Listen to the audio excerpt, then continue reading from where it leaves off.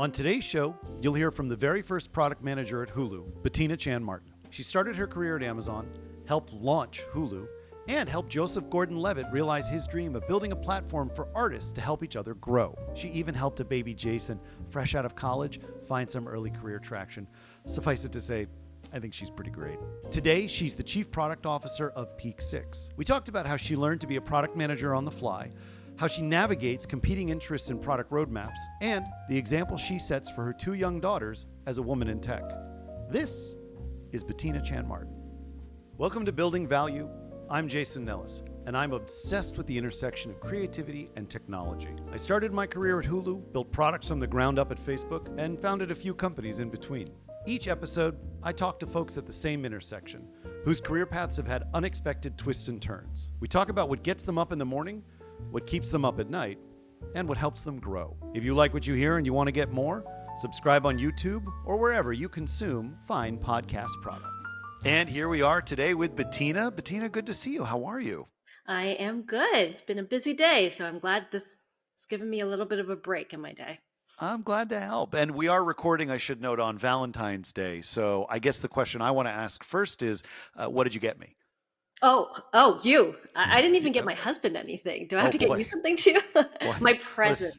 this is, yeah, there we go. I was going to say this is awkward on a couple of counts, but I feel like now I have the gift of your conversation. So There you thank go. you for There that. you go. Okay, good. Well, I would love to start just because, you and I know each other, but I don't know that everybody knows your story. Can you just start by telling me sort of the grand arc of your career, starting at the very beginning, leading you to where you are now as a chief product officer? Yeah. Well, I'll give you like the 30-second version, and then we could dive deep into those areas. I mean, we've got time. You can, Oh, no, okay. 30 seconds. 30 seconds is fine. Well, I don't want to bore you either. So, If I fall uh, asleep, you'll know. I snore quite loudly. so I've always been, let's see, from little me, I've always loved programming, solving puzzles, that type of thing. My parents were the odd Asian parents that never wanted me to go to med school, but I was um, the type of Asian that was like, you know what, I'm going to prove you wrong. I'm going to go to med school.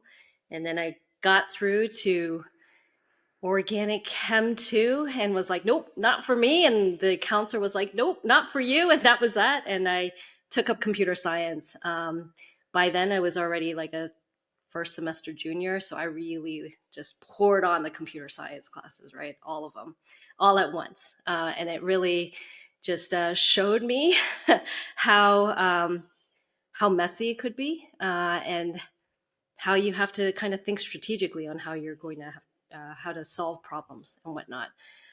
Very quickly after that, so I was at a liberal arts school, William and Mary. Shout out.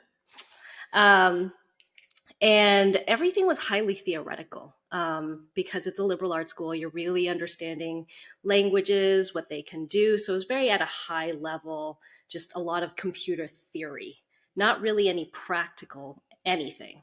And so I think after I graduated, I had a friend who joined Amazon who was like, do you want to sell books online? And I was like, yeah, sure, why not? And in between going to Amazon is where I ended up. I did a couple internships where I took technology and used it practically for different healthcare things. So I always thought I would end up back in healthcare in some way, shape, or form. Like I hadn't given up on the whole med school vision. So I built a DNA sequencing web page back in the day for Virginia Tech. I built Just a just casually building DNA sequencing websites as you yeah. do in undergrad. Sure. These are like really random things that you probably don't know about me. I worked with the applied science department and worked with a NASA scientist to help build a probe to figure out if you had prostate cancer in real time. Wow. Yeah, yeah, solving big things I when I like was that. really little. We used the programming language MATLAB, which Okay. if you're 40 and above, you would know it. Um, and then I also built out, I was trying to build out a sequencer to identify cat reproductive genes to build a cat birth control with the National Humane Society. So Is that the arc you're looking for? I mean, we're going to come back to cat birth control later, but no, this is all fascinating. So tell me how this translated then to Amazon, because I imagine that, building the applications, there must have been, a lot of learning on the fly and sort of figuring things out as you go, right? Nobody's got a blueprint for how to build these things in the early days of the web. How did that affect your ability to build at Amazon? Because I was so young and had no experience and was just building out web pages and database sequencers and whatnot, really diving deep into understanding what the problem was, who the users were. So a lot of things that we talk about solving for today, it's very much the same framework. When I went into Amazon, you actually put that into practice, right? You're dealing with these massive numbers. So when you're running A/B tests, you can get results pretty quickly. I don't know if you know this, but Amazon had a Yahoo version, so a text-only version of the homepage. And within an hour, we knew that that did not convert and people did not like that. But it was, I think the thing with Amazon was that we were at scale. We serviced so many people that we were able to understand user experience impacts shopping experiences, right? And understand that at scale, which meant for us that if you change the buy button to blue, your numbers are going to die the next day. Amazon's buy button is orange for a reason. We tested, I don't want to say the shit, but we tested the shit out of it. And You can curse here. okay. We're Okay. let's just My call it. kids This is aren't going to around. be no, it's fine. This is the explicit version. Nice. When you say, I mean, let's just quote you here. When you say tested the shit out of something, I mean, are we talking about like 20 iterations or like 200? I wouldn't say it was 200. You can only Okay. change the buy buttons. Well, actually, the position of the buy button, the color of the buy button, where the coupon code is on the detail page, those have all been tested hundreds of times. So yes, maybe 200 and above, actually. Things are very, very methodical. They're very, not methodical, prescriptive. Um, Currently, the placements they are, it's all because they have been tested thoroughly by Amazon's A/B testing platform. So you were at Amazon for a few years. You and I met when we both joined Hulu within about 6 weeks of each other in its very early days. And I'm noticing on your LinkedIn that you were a senior software engineer at Amazon, and then at Hulu, you're a PM. And that transition, was that natural? Were you like, I want to be a product manager? Was it sort of like, I'm at Hulu. Oh, here's the title they gave me. Oh, I got to figure that out now. It's more the latter. Okay.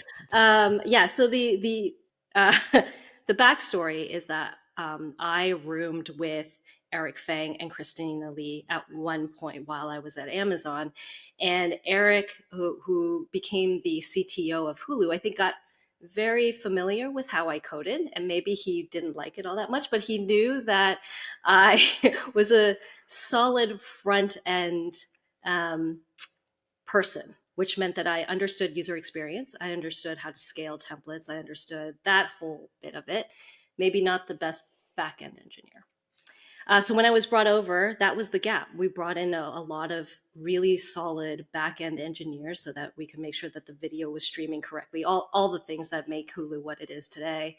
But we didn't really have anyone owning front end. He did some front end code, and no one was really looking at customer support and trying to understand what I think we had about 10,000 users at that point. No one understood what they liked, what they didn't like, what features they wanted, how to play, how to pause, volume control, all of that stuff. So someone needed to dive through that, prioritize all of that, and then, deliver it to the devs. So I became customer support for a good, chunk of time. And I know you spent some good time in there too. I still have nightmares of customer support emails from the early days of Hulu, and being the person who would look at every single review of every single piece of content on the site for a while. My therapist thanks Hulu, just as an aside. There you go.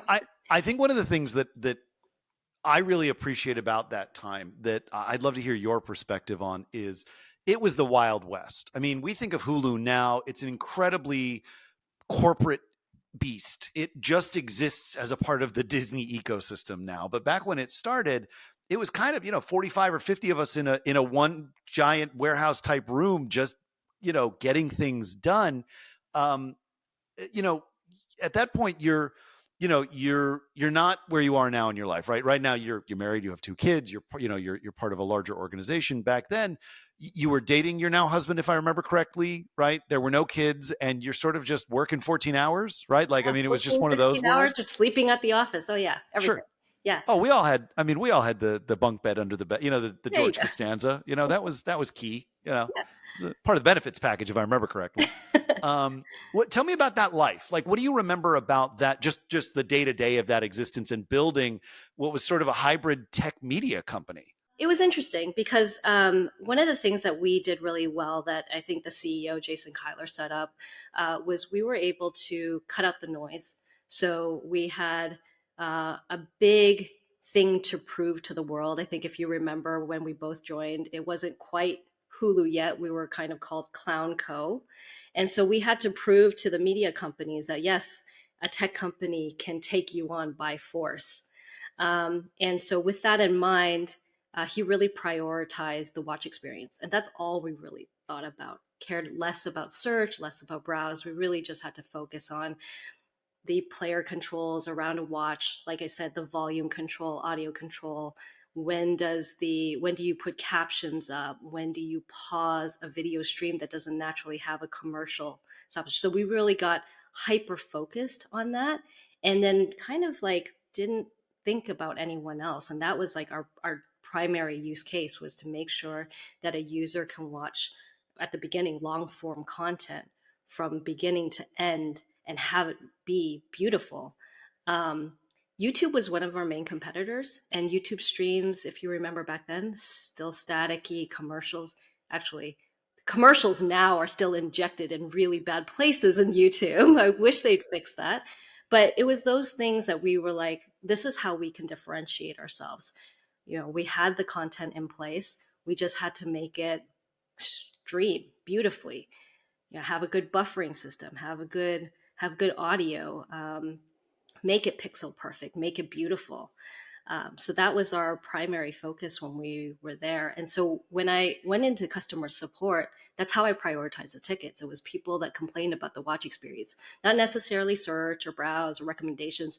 Those were V2 in our eyes. It was really just, let's focus on the player and make sure that that looks good. Um, but it was a Wild West because, when you think about the perfect watch experience and the type of content that we were getting, we had to go through a whole transcription thing. We had to annotate captions. We had to, there's a lot on the back end to get a video from, let's say, a DVD over to a beautiful online experience. So it wasn't just the watch experience, it was the watch experience that encapsulated so many different features and requirements and specs and devs and design ultimately. How do you think that sort of developed your early point of view or aesthetic on product management and development? Because to me, when I think about prioritization, I can make a fairly solid argument that actually browse and search are really important, and that while watch is important, being able to find the content I watch could arguably be of equal balance. Like, how do you find a heuristic within that to start to game towards? Was it just Jason's direction for you, or did you have something that started to build as an internal radar to help you sort of answer those questions preemptively? I think Jason knew. Jason always had the product mind, and maybe at that time, I was still an IC, kind of reporting to one person, then to reporting to another, and reporting to another person. So we knew the grand vision of the watch experience. I think he had a really good framework of, hey, this is what we prioritize now. Walking away from that experience, how I look at a roadmap now is like, what are the baseline features that we could hang our hats up on that users will come at all costs, no matter what, to experience, right? And so you think about Snapchat and their filters. It's the first thing that you do when you open the app. That's the first thing that they did. They optimized that screen because they were very bullish that people wanted to share content and then put silly faces on top of it, right? And so everything else, discovery of what people are doing, all of that stuff, if it doesn't come from that base product, then it really doesn't matter. So they had to win at creating that the best experience for creating new content in order to surface all the other stuff. The one thing I will call out in that time period is remembering that Jason used to talk about how there was always a list of 100 things that needed to be done, and that prioritizing the two most important things was always going to be how Hulu moved, and everybody was going to scream and yell and complain that the other 98 things were really valuable, but we were trusting that by solving the two, the other 98 would fix themselves essentially. Yeah. um, I'd love to hear how that sort of carried you beyond Hulu, right? Because after Hulu, you were at Defy Media, you did product at Study Mode, you were at Ring for a while, and that eventually led you to HitRecord with the world famous actor Joseph Gordon-Levitt. And no, I refuse to call him Joe, although you know him personally, so maybe that's different for you. But tell me a little bit about how that arc carried over into your next few roles and led you to HitRecord, where you really were driving product strategy from the ground up. So I left Hulu at a time when we were about 200 people, and you started seeing people that you didn't recognize in the bathroom or in the hallways. And for me, for some reason, and I don't know what it is, I always like to be really connected to the team. I think at 200, culture also starts to like lose its strength a little bit. So after Hulu, I was really looking for ways that people could express themselves within at a startup. Sorry, I was looking for startups that enabled people to express themselves. I didn't know what that meant, but one of the things that I really liked about Hulu was some of the community effects, like capturing the water cooler conversation. How do you do that online with a bunch of strangers? So that's why I went to Defy. The short clips, I think it would have been popular now.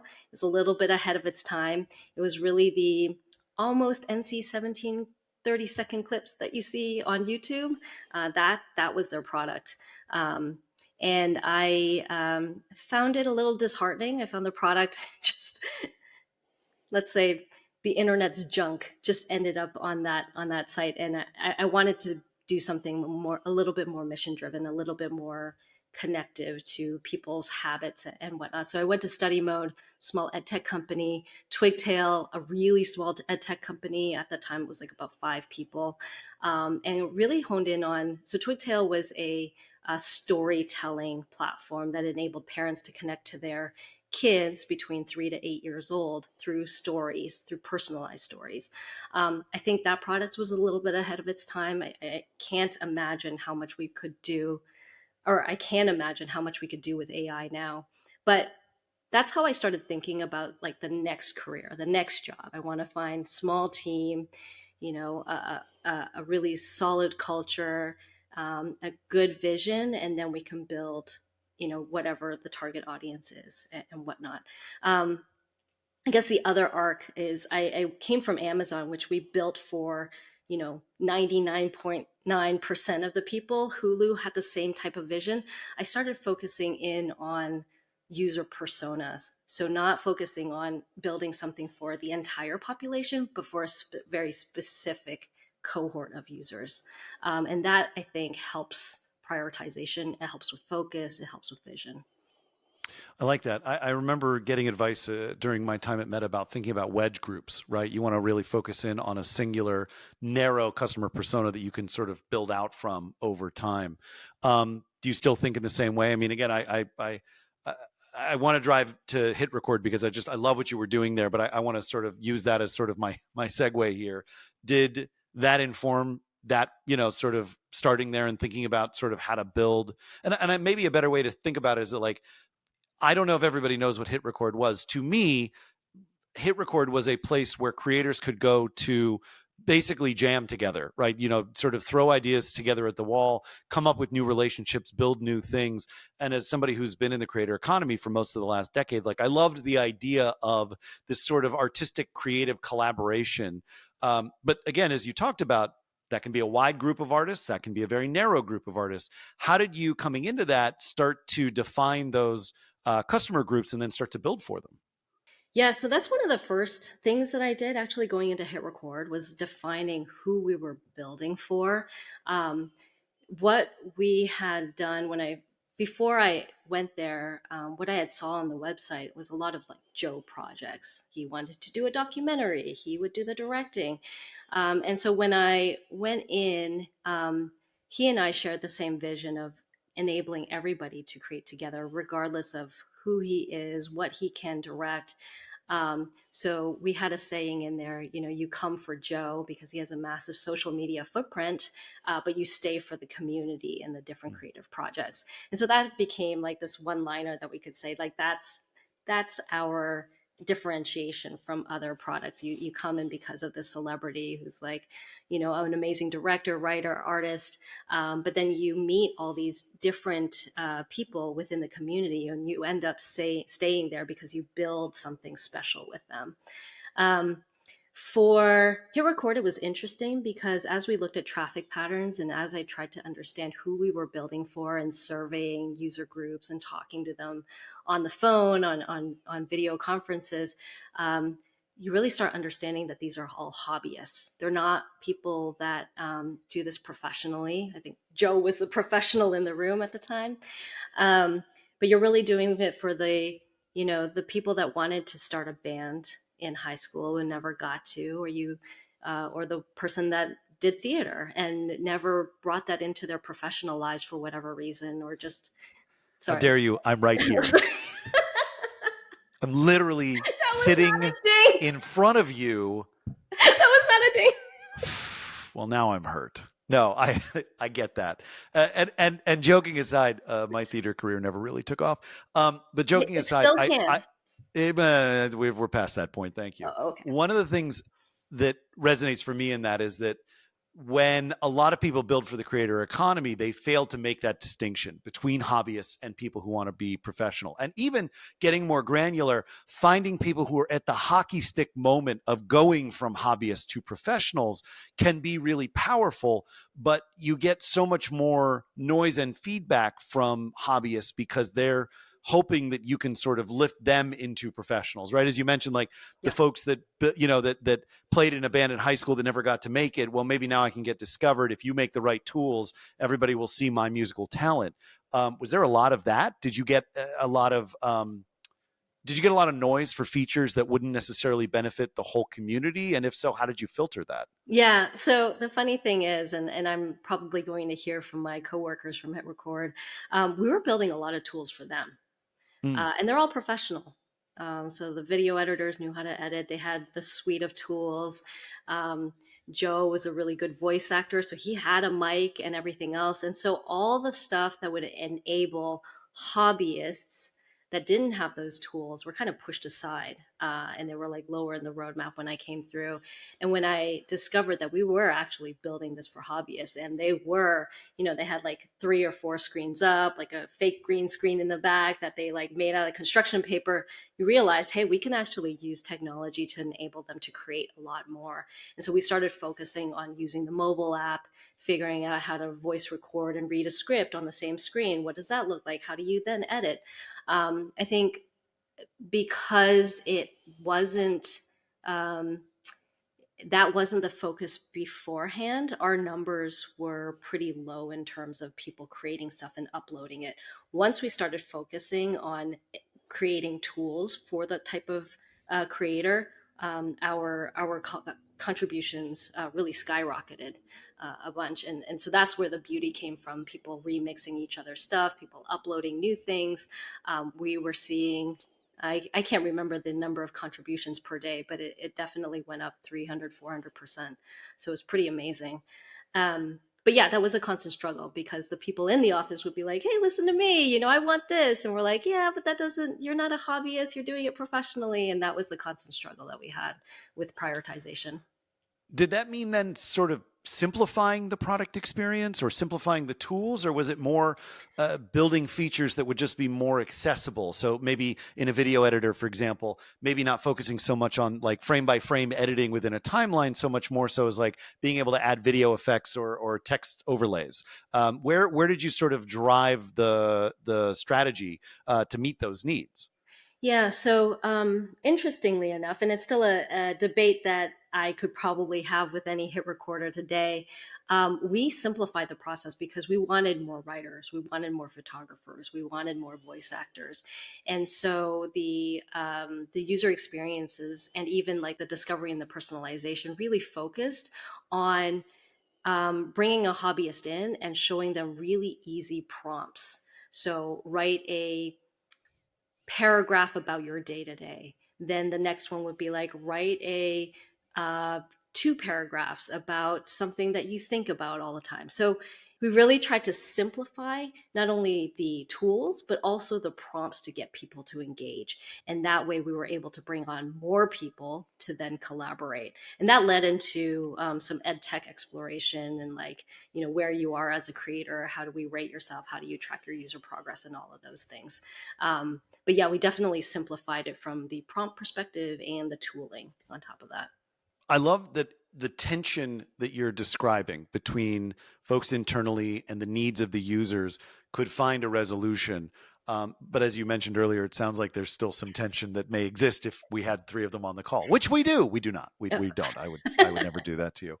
Um, what was Joe's perspective in all of that? Because and see, I did called him Joe. What was his perspective in all of that? Because as lead for the company, he must have had a particular point of view around sort of how he wanted to engage people. Yeah, it was interesting. It was like a constant conversation around, or even a constant debate about, what type of creators, what type of hobbyists do we really make hit record for? He really didn't want us to become a YouTube where everybody could create something, upload something, and have it be consumed by the world when it was like not that great. So he definitely had a bar that he wanted to reach, and that became a struggle because we were also trying to show growth. And so, like I said, it's still a constant debate. I'm sure we could talk about it much more. Oh, I'm sure, but I'm curious because do you think that the bar was set on a level of quality, on a level of engagement? Because when we talk about what constitutes good, that opens a whole barnyard door of, what are we actually measuring for, right? So you Right. talked about contributions earlier. Was contributions sort of the baseline level of success, and then we were trying to figure out what's the next one in terms of value to the company or value to users? Yeah, so I think because we were really focused on growth over the first, I'd say 3 years, we were really focused on contributions, so making it easy. Now, the stuff that Joe would consider good is beyond even like my levels of excellence, and I think Yeah. it's very subjective, right? And it's not, it's not necessarily something that you can put as a guideline on paper. It's something that he likes. Um, and so that stuff kind of went into the production department. So if they saw a really promising writer, if they saw a really promising artist, they would take that, run with it, and it became like a hit record project that then could develop into something else that could potentially end up as a studio deal. So we had that production arm of hit record, where we were trying to um, see where everybody was at from a creative standpoint, and then they would say, "Oh, that's pretty interesting. Let's do something with that. Let's create an animation with that." So they were definitely using HitRecord as a platform for inspiration. I was more focused on, hey, growth, engagement, contributions, and getting these hobbyists to level up. So that at some point, maybe the production company side would be able to say, "Hey, that's a great idea. Let's develop that further." And was that the end goal, to get production deals for some of these creators or to build a new pipeline into Hollywood? Or was it more just to keep that collaborative spirit and space for these hobbyists as time went on? Um, there's definitely a huge demand for the collaboration space and less of a demand from the studios looking for new ideas. At the time, there weren't as many platforms to stream. Like there wasn't, I don't think Apple TV was around yet. There's a bunch of other ones out there like Pluto, and like all of them just kind of exploded over the last few years. So that was definitely a limited number. Um, so I definitely focused on just more of the collaboration piece because we were seeing really beautiful relationships kind of come from that area, and people just leveling up from a user progress standpoint. Like, I once was a writer and now I'm a photographer and a video editor, and look, I'm going to school for video editing. We saw a lot of those. We heard from our community a lot of those stories about their own kind of professional development. And so that became like my kind of selfish desire for the product, is that, some Joe Schmo comes to the, not Joe, I'll use a different name. Nope, we're keeping this bit. Oh God. But let me jump in to say it sounds like you really wanted to empower regular people, right? It wasn't your aesthetic, your point of view, to use the terms I grabbed for earlier, was really about supporting individual creators who may not necessarily grow what they're doing into the Hollywood pipeline, but could just express better. Can you remind me again, what was the monetization structure for you guys? Did you charge a monthly fee, or was it ad supported? No, in fact, if you look up Joe's speeches on social media or TED, he was very, very much against the ad model. We didn't want to do it for eyeballs. So, really, the first few years, like I said, we were on growth, and sometimes we would have some partnership deals, which would bring us some money, and that would be great. And we would be able to spend that money on some of the tech and the production uh, projects that we had going. We tried to do an ed tech type of version of HitRecord. So, um, what we were finding was a pattern of people coming in, like I said, as writers, and then becoming novelists by the end of the year or 2 years. And we wanted to shorten that. And we knew we had a lot of really talented, let's say, writers, because I'm using that example. And so what we wanted to do was enable them to learn from each other. So we would work with that writer and tell them to break down how they think about the creative process, and we would film it, make it fun, enjoyable, and then charge for that. So, over the course of the 4.5 years you were there, there's the pandemic, there's a whole shift in the world around how we engage online. And coming out of the pandemic, I see that you guys eventually sort of wound things down and got acquired by Masterclass. How do you, when you look back at the arc of Hit Record, what are some of your takeaways, that things you were really proud of or things you wish you could do differently? I was really proud of the team. We had built a really tremendous collaborative culture that worked remote and worked in person and worked remote. We were hybrid. We had put in a data layer so we can understand user flows, where people were getting stuck, where people were not getting stuck. I was really proud of the community that we built. We had a kind of like a Slack channel with all our what we called super users. So the community members that had been there for 2+ years, that were really passionate about HitRecord, and we were able to ping them when we had beta releases and get feedback from them. So we did a lot of things right, for sure. It's sad that it, kind of went away, and I think about that product a lot because I think there was a lot more that we could do from the edtech perspective, and just overall from like creative collaboration. So, if you were to start Hit Record again today, given that what we know about current user behaviors and people sort of looking to make it on YouTube, would you shift gears a little bit towards making hobbyists into professionals, or would you stick squarely in the hobbyist space and sort of keep to your original thesis of just empowering them as much as you could? I wouldn't do so much. So we were trying to satisfy writers, animators, documentarians, music video artists, musicians. Like, we just tried to spread ourselves too thin. Well, you did mention earlier that you wanted to narrow the focus, and it sounds like maybe you got caught up in the narrowing and then branched back out again a little bit. Yes and no. So I think what we needed to do and what we saw a lot of growth in was voice acting. There's not a whole lot of people doing that. Where we saw growth was not necessarily just voice acting, but layering text on top of photographs and all of that. That stuff's already been done, right? Snap's done that, Canva's done that in different ways. But I think where we found a special foothold is in voice acting, and I would have loved to lean in on that and pair that with animations. That would have been my focus. But because we were focused on growth, there were way more writers in the community and in the world than there are, voice actors. And you actually have to like work up the confidence to become a voice actor. But I think if I could go back, I would say, hey, let's just focus on voice acting and voice acting jobs and see if we can build something pretty special there.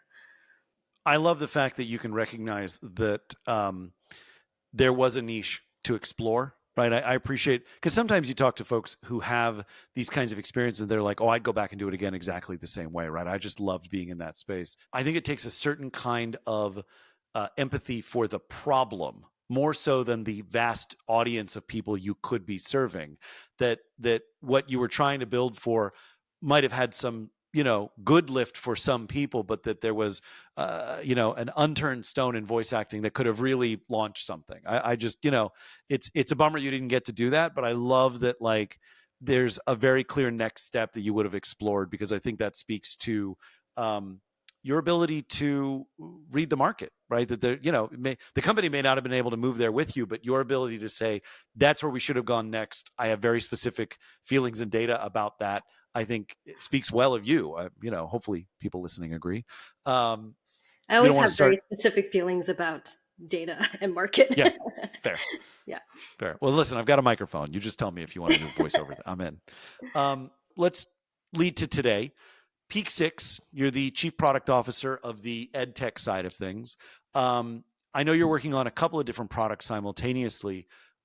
Thinking about all of these other, jobs you've had, and going from, your early days at Amazon and Hulu as sort of an IC into the management role that you had, leading up to HitRecord, and then really driving the whole thing. How has your attitude, how has your perspective changed in terms of prioritization, right? Home, life, work, balancing all those things can be incredibly challenging. What are your thoughts on sort of the current state of all of that for you? Yeah, you threw in the home life in there, and that's been interesting to balance. So I had my first child. I'm going to step back a little bit, at Hulu.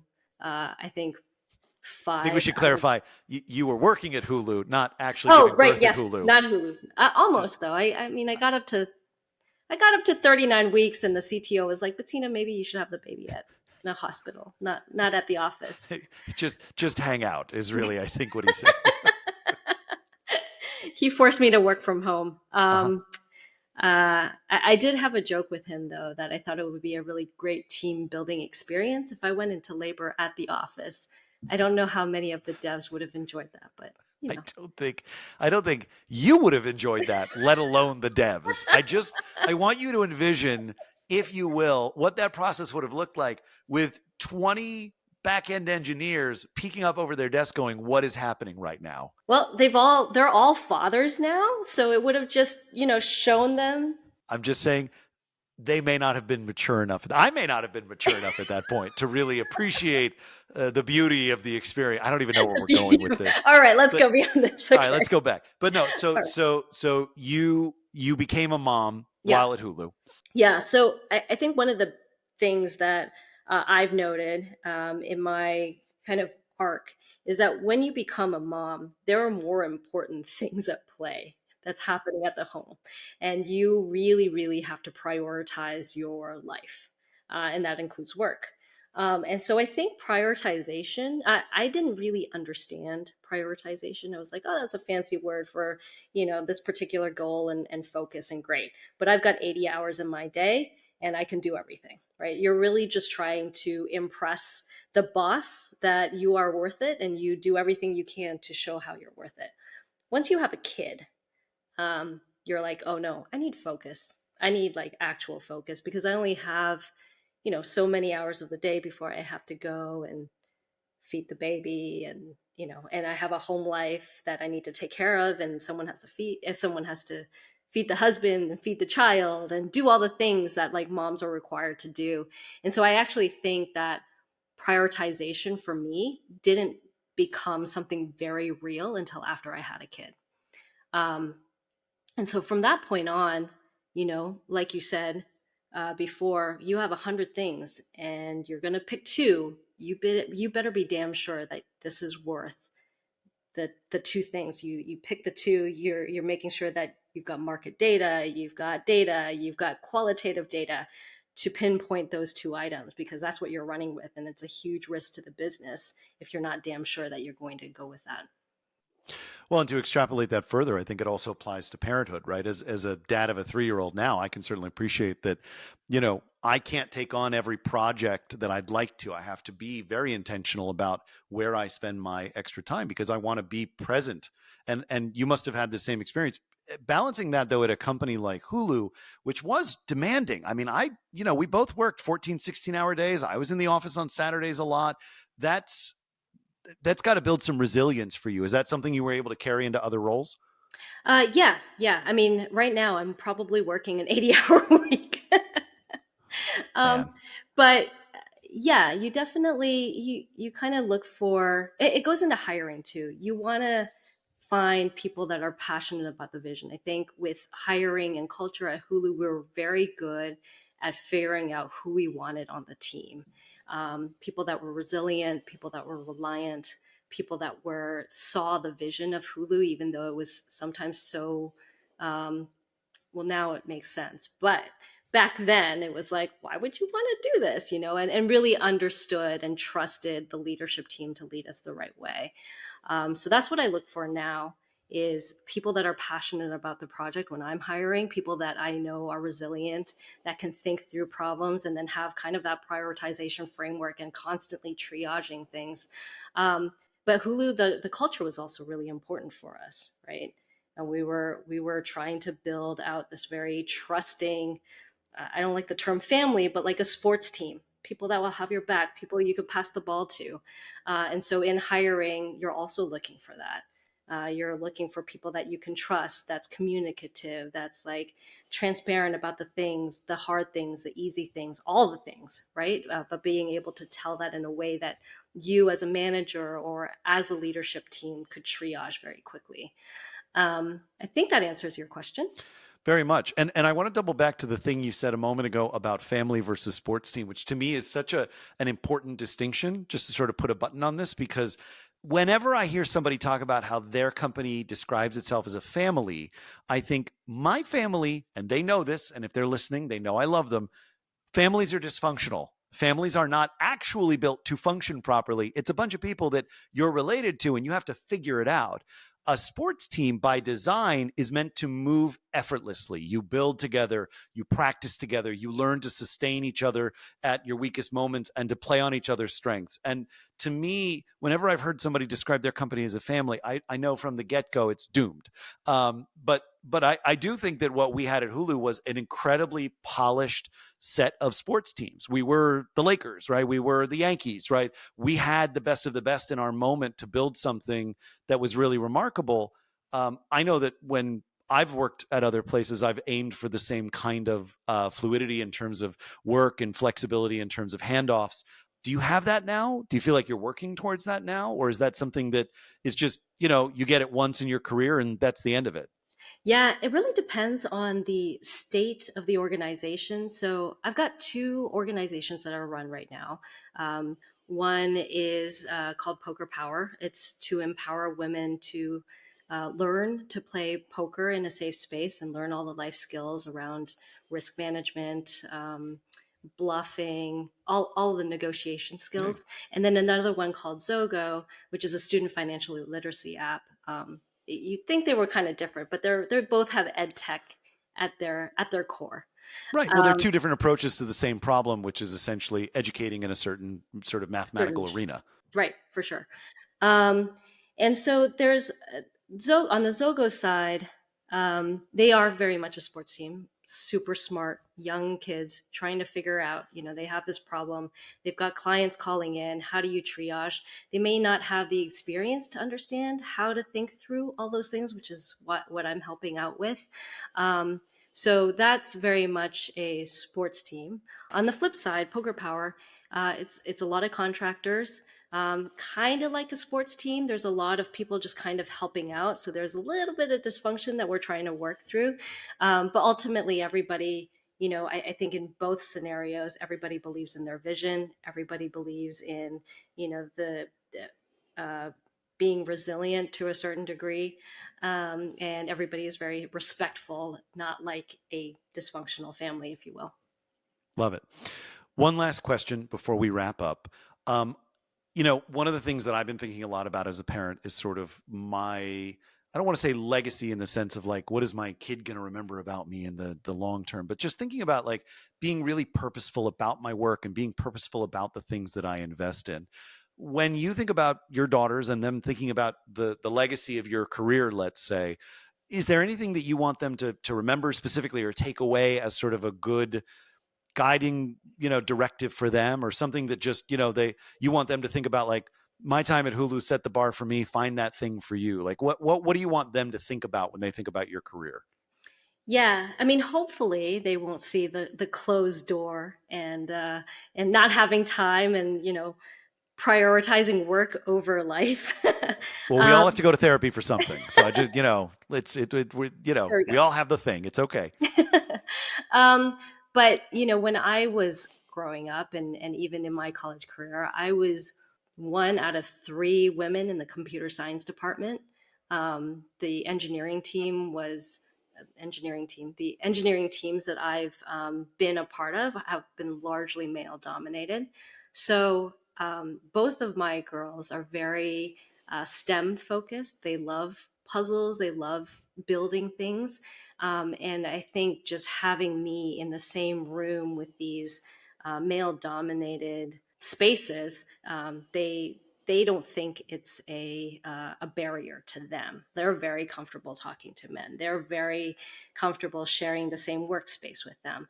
And so I think that was an arc for myself, was getting used to that type of experience and then realizing that, hey, there is room for me to speak here. I do have a voice, I do have a perspective, and it is important. So I'm hoping that what they get from me is, they see me on these conference calls and they note, oh, you know what, mommy is the only woman and it's okay. And she's speaking up.